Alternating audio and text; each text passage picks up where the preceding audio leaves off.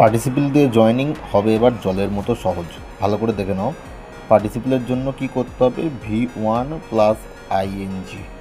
ঠিক আছে, দুটো বাক্যকে একত্রে যুক্ত করার জন্য যখন প্রথম বাক্যের ভার্বের সাথে আইএনজি যুক্ত করা হবে, এই যে বলে দিলাম V1 প্লাস আইএনজি যুক্ত করতে হবে, তখন তাকে আমরা বলবো প্রেজেন্ট পার্টিসিপেল দিয়ে জয়েনিংটা কমপ্লিট হয়েছে।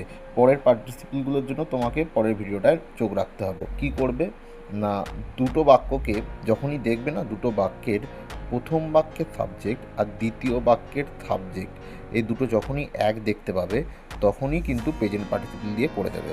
যেমন দেখো, হি আর হি, ঠিক আছে, he was walking, he saw a snake. Walking on the road, রোডে হাঁটার সময়তে হি স এ স্নেক, দ্বিতীয় বাক্যটা বসে গেল। বুঝতে পেরেছ? তাই সি আর she was reading, she fell asleep. Reading a book, she fell asleep. I was going to school, I met my friend. Going to school, I met my friend. দেখো, I এই দুটো রয়েছে, সেই জন্য এরকমভাবে করা হলো। তো আশা করি বুঝতে পেরেছো।